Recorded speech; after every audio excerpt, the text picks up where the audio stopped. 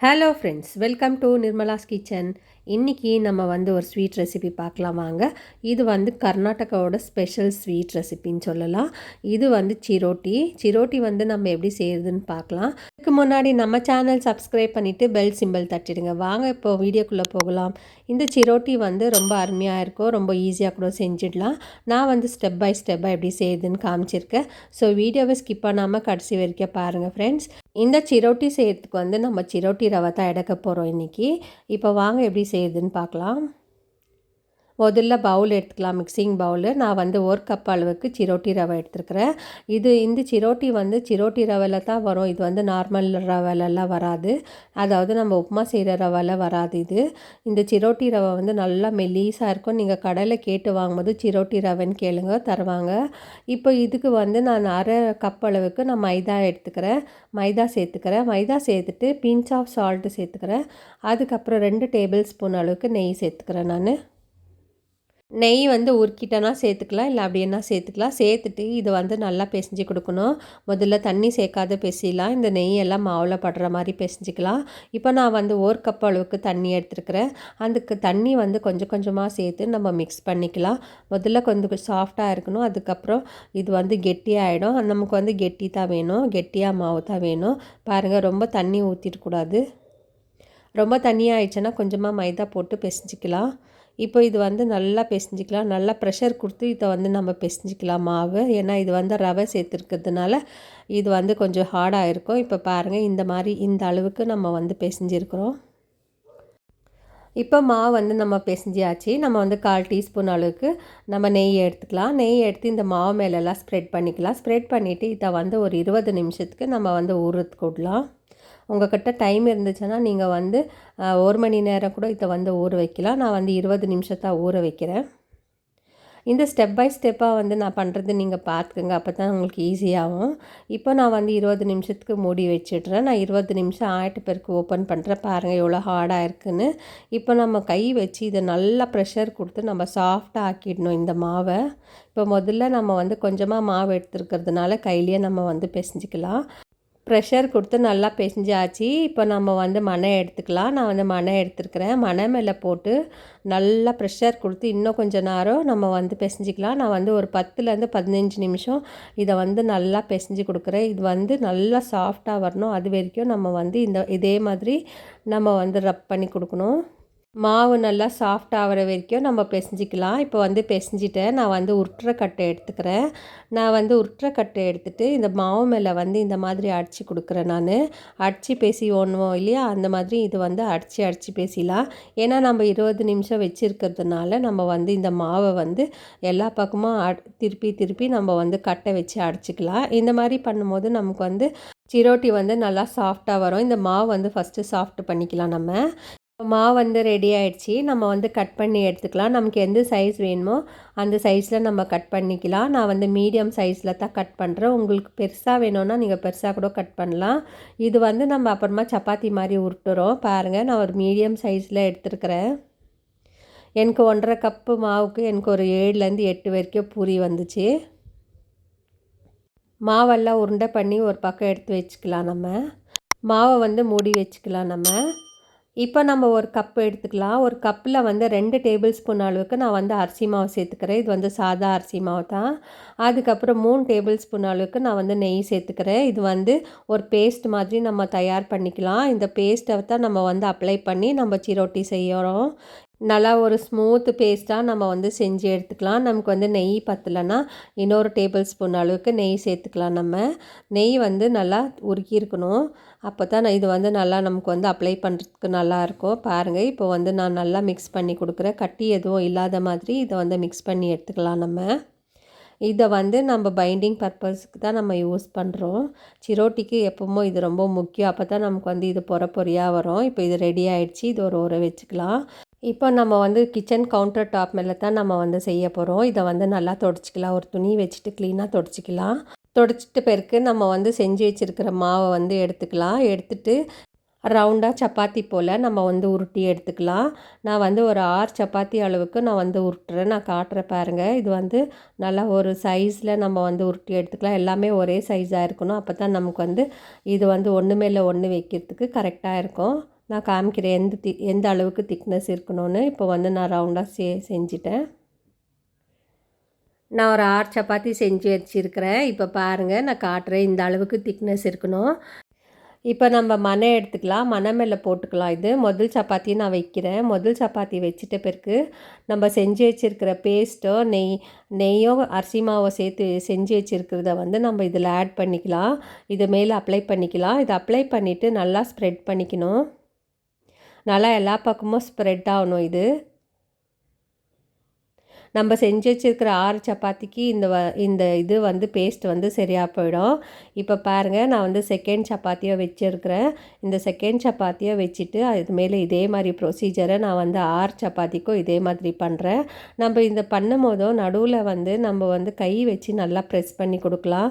நம்ம எதுக்கு ப்ரெஸ் பண்ணுறோன்னா, இது வந்து எண்ணெயில் போடும்போது நல்லா மேலே வந்து உப்பி வரும் நமக்கு.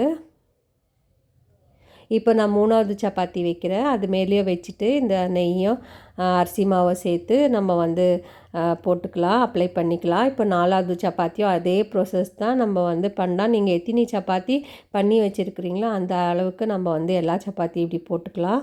சப்பாத்தி வந்து ஒரே சைஸாக இருந்தால் கொஞ்சம் நல்லாயிருக்கும். ஏன்னா நம்ம வந்து உருட்டும் போதும் நமக்கு வந்து எல்லாம் கரெக்டாக வரும். இது வந்து 5வது சப்பாத்தி நான் வச்சுருக்கேன். இதை வச்சுட்டு இது மேலே வந்து நம்ம திருப்பியும் அதே மாதிரி அப்ளை பண்ணிக்கலாம். அப்ளை பண்ணிவிட்டு நல்லா ப்ரெஸ் பண்ணி கொடுக்கலாம். நல்லா ப்ரெஸ் பண்ணிவிட்டு இதை வந்து அதுக்கப்புறம் இது மேலே இன்னொரு லாஸ்ட்டு சப்பாத்தி கூட வச்சிடலாம் நம்ம. இப்போ வந்து லாஸ்ட்டு சப்பாத்தியோ வச்சுட்டு இதை வந்து ஈவன் பண்ணிக்கலாம். சைட்லலாம் ஈவனாக பண்ணிவிட்டு நம்ம வந்து அந்த பேஸ்ட்டை வந்து அப்ளை பண்ணிக்கலாம். நம்ம இந்த பேஸ்ட் அப்ளை பண்ணுறதுனால இந்த சப்பாத்திங்க வந்து ஒன்றுக்கு ஒன்றா நல்லா ஒட்டிக்கும். அப்போ தான் நமக்கு வந்து லேயருங்க நல்லா வரும். இல்லைனா நமக்கு வந்து இந்த லேயராக வந்து வராது. நமக்கு வந்து நடுவில் ஓட்டை வந்துடும். இப்போ இதை வந்து நல்லா ப்ரெஸ் பண்ணி கொடுக்கலாம். ப்ரெஸ் பண்ணிட்ட பிறகு நம்ம ஒரு சைட்லேருந்து ஃபோல்ட் பண்ணி எடுத்துன்னு வரலாம். பாருங்கள், இந்த வீடியோவில் காட்டுறேன். அந்த மாதிரி நம்ம வந்து ஃபோல்ட் பண்ணி எடுத்துக்கலாம். லாஸ்ட்டில் கூட கொஞ்சமாக தண்ணி போட்டுட்டு நம்ம அதை பைண்டிங் பண்ணிடலாம். நல்லா உருட்டி எடுத்துக்கலாம். இந்த மாவை வந்து நல்லா ரோல் பண்ணியாச்சு. இந்த சைடில் இருக்கிறதெல்லாம் நல்லா பைண்டிங் பண்ணிடலாம். இது வந்து பிரியாத மாதிரி நம்ம வந்து பைண்டிங் பண்ணி எடுத்துக்கலாம். இப்போ வந்து இது ஃபுல்லாக முடிச்சாச்சு. நம்ம ஃபஸ்ட்டு அந்த லாஸ்ட்டு கட் பண்ணி தனியாக எடுத்துக்கலாம். இப்போ நம்ம வந்து கட் பண்ணிக்கலாம். பாருங்கள், நான் வந்து ஒரு மீடியம் சைஸ்க்கு தான் கட் பண்ணுறேன். நம்ம வந்து பூரி சைஸ் அளவுக்கு நம்ம வந்து கட் பண்ணிக்கலாம் மாவு.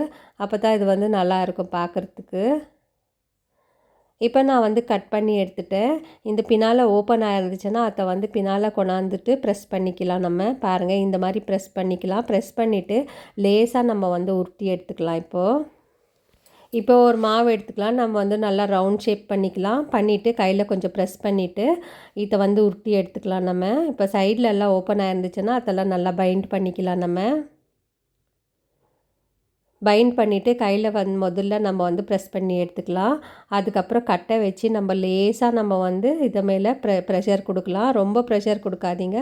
லேசாக ப்ரெஷர் பண்ணிவிட்டு நம்ம வந்து இதை வந்து பூரி சைஸ்க்கு நம்ம உருட்டி எடுத்துக்கலாம். பாருங்கள், நான் காட்டுறேன் இந்த வீடியோவில். இந்த சைஸ்க்கு நம்ம வந்து உருட்டி எடுத்துக்கலாம். இப்போ இது வந்து நம்ம எண்ணெயில் போடும்போது இது வந்து லேயராக தெரியும் நமக்கு. நான் வந்து இப்போ 3 சிரோட்டி பூரிங்க செஞ்சு வச்சுருக்கிறேன். அது வந்து எண்ணெயில் போட்டு ஃப்ரை பண்ணிக்கலாம். இப்போ நான் வந்து எண்ணெய் காஞ்சிருக்கிறேன். எண்ணெய் வந்து நல்லா மீடியமில் தான் காயணும். இப்போ ஒரு பூரியை வந்து நம்ம எண்ணெயில் சேர்த்துட்ட பிறகு சட்டுன்னு கரண்டி போடக்கூடாது.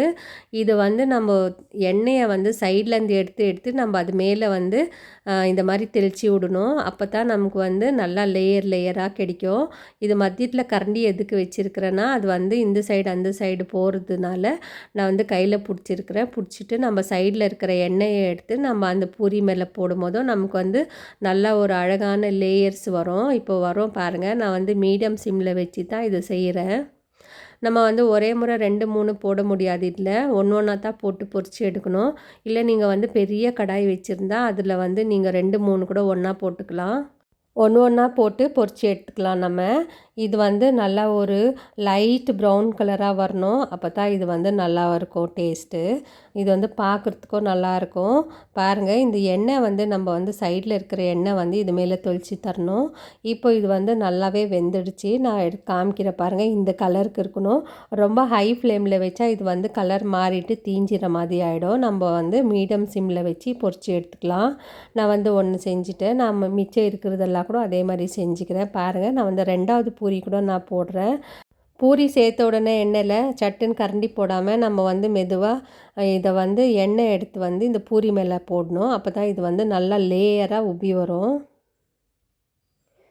நம்ம இருக்கிற பூரியெல்லாம் இந்த மாதிரி சுட்டு எடுத்துக்கலாம். இது வந்து கொஞ்சம் டைம் ஆகும் நம்ம செய்கிறதுக்கு. ஏன்னா இதை மீடியம் ஃப்ளேமில் வச்சு இதை வேக வைக்கிறோம். நம்ம ஹை ஃப்ளேமில் வைக்காதீங்க. ஹை ஃப்ளேமில் வச்சோம்னா இது வந்து கலர் மாறத்துக்கு சான்சஸ் இருக்கும். இது வந்து நல்லா கிறிஸ்பியாக வரும். இந்த சிரோட்டி வந்து ரொம்ப அருமையாக இருக்கும். இந்த சிரோட்டி வந்து செய்யும் போது வீட்டில் இந்த சிரோட்டி வந்து நம்ம எதுக்கெல்லாம் யூஸ் பண்ணுவோன்னா, தீபாவளி டைமில் சிரோட்டி செய்வோம். அதுக்கப்புறம் விநாயகர் சதுர்த்திக்கு இது செய்வோம் நம்ம. இப்போது இது வந்து நம்ம செஞ்சு எடுத்து வச்சுக்கலாம். இப்போ நம்ம ஒரு மிக்ஸி ஜார் எடுத்துக்கலாம். அதில் வந்து 2 டேபிள் ஸ்பூன் அளவுக்கு நம்ம வந்து சர்க்கரை சேர்த்துக்கலாம். சர்க்கரை சேர்த்துட்டு இதில் வந்து 4 ஏலக்காய் சேர்த்துக்கலாம். சேர்த்துட்டு இதை வந்து நல்லா நைஸாக பவுடர் மாதிரி அரைச்சி எடுத்துன்னு வந்துடலாம். இந்த அளவுக்கு பவுடர் பண்ணி எடுத்துன்னு வரலாம். இப்போ நான் வந்து சிரோட்டி எல்லாம் செஞ்சு முடிச்சிட்டேன். பாருங்கள், எவ்வளோ நல்லா லேயராக வந்திருக்கு. நான் வந்து கொஞ்சம் பெரிய சைஸ்லேயே பண்ணியிருக்கிறேன். இப்போ இதுக்கு வந்து ஸ்வீட் வந்து மேலே வந்து நம்ம வந்து இந்த சர்க்கரையை வந்து தூவி கொடுக்குறோம். இது வந்து சூட்லேயே போடும் போதும் இது நல்லா ஒட்டிக்கும். அதனால் நம்ம வந்து கொஞ்சம் மிதமான சூடாக இருக்கும் போது நம்ம இந்த சர்க்கரை இது பவுடர் வந்து இது மேலே டஸ்ட் பண்ணிக்கலாம் நம்ம. இது தான் ஸ்வீட் அதுக்கு. இந்த மாதிரி சுகர் டஸ்ட் பண்ணும்போது 2 பக்கமும் நம்ம பண்ணணும். இது வந்து மிதமான சூடாக இருக்கும் போதே பண்ணிட்டா இது வந்து சுகர் எல்லாம் நல்லா ஒட்டும். நான் வந்து ஒரே பக்கத்தான் பண்ணியிருக்கிறேன். அதுக்கப்புறம் நெக்ஸ்ட்டு வந்து நான் பின்னால் கூட இதே மாதிரி டஸ்ட் பண்ணி எடுத்துக்கிறேன். பாருங்கள், இது வந்து சிரோட்டி வந்து நல்லா கிறிஸ்பாக வந்திருக்கு. கலர் பாருங்கள், எல்லாம் ஒரே மாதிரியாக வந்திருக்கு. இப்போ இதை வந்து நம்ம கட் பண்ணி காமிக்கிறேன். பாருங்கள், இது எவ்வளோ கிறிஸ்பாக இருக்குன்னா வாயில் வச்ச உடனே அப்படியே கரியுது இந்த சிரோட்டி. பாருங்கள், நான் வந்து கட் பண்ணி காமிக்கிறேன். நல்லா அப்படியே பவுடர் மாதிரி ஆயிடுச்சு பாருங்கள். கையில் கட் பண்ணி எடுக்கும்போது பாருங்கள், நான் காமிக்கிறேன் இன்னும். ஸோ நீங்களும் ட்ரை பண்ணி பாருங்கள் ஃப்ரெண்ட்ஸ். இது வந்து கர்நாடகாவில் வந்து எதுக்கு ஃபேமஸ்னால், இது வந்து கல்யாணத்தில் வந்து நமக்கு இந்த சிரோட்டி கூட பாதாம் பால் கொடுப்பாங்க. அது ரொம்ப நல்லா டேஸ்ட்டாக இருக்கும். நம்ம வீட்டில் செய்கிறது வந்து நார்மலாக செய்வோம். கல்யாணத்தில் வந்து கொஞ்சம் வேறு மாதிரி விதமாக செய்வாங்க. ஆனால் ரவை எல்லாம் ஒன்று தான். இப்போ நான் வந்து பாதாம் பால் எடுத்துருக்கிறேன். பாதாம் பாலில் வந்து நான் செஞ்சு வச்சுருந்ததை இதில் சேர்த்துக்கலாம். இந்த மாதிரி நம்ம பூரி வச்சுட்டு அது மேலே பாதாம் பால் வந்து ஊற்றிட்டு இது கூட சாப்பிடும்போது ரொம்ப அட்டகாசமாக இருக்கும். ஸோ நீங்களும் இதே மாதிரி மெத்தடில் ட்ரை பண்ணி பாருங்கள். ரொம்ப ஸ்வீட் வந்து குழந்தைங்களுக்கெல்லாம் ரொம்ப பிடிக்கும் இந்த மாதிரி ஸ்வீட்டு. இப்போ நான் வந்து இது மேலே சர்க்கரை டஸ்ட் பண்ணி கொடுக்குறேன் கொஞ்சமாக. அது வந்து ஆப்ஷனல் தான். அதுக்கப்புறம் இது பாதாம் வந்து கட் பண்ணிவிட்டு இது மேலே சேர்க்குறேன். அதுவும் ஆப்ஷனல் தான். இந்த சிரோட்டி செஞ்சுட்டு நம்ம வந்து டப்பாவில் போட்டு வச்சோம்னா 15 நாளைக்கு இது வந்து கெடாமல் இருக்கும். ஸோ நீங்களும் ட்ரை பண்ணி பார்த்துட்டு எப்படி வந்துச்சின்னு சொல்லுங்கள். இந்த வீடியோ பிடிச்சிருந்தால் லைக் பண்ணுங்கள், ஷேர் பண்ணுங்கள், சப்ஸ்கிரைப் பண்ணுங்கள். தேங்க்யூ.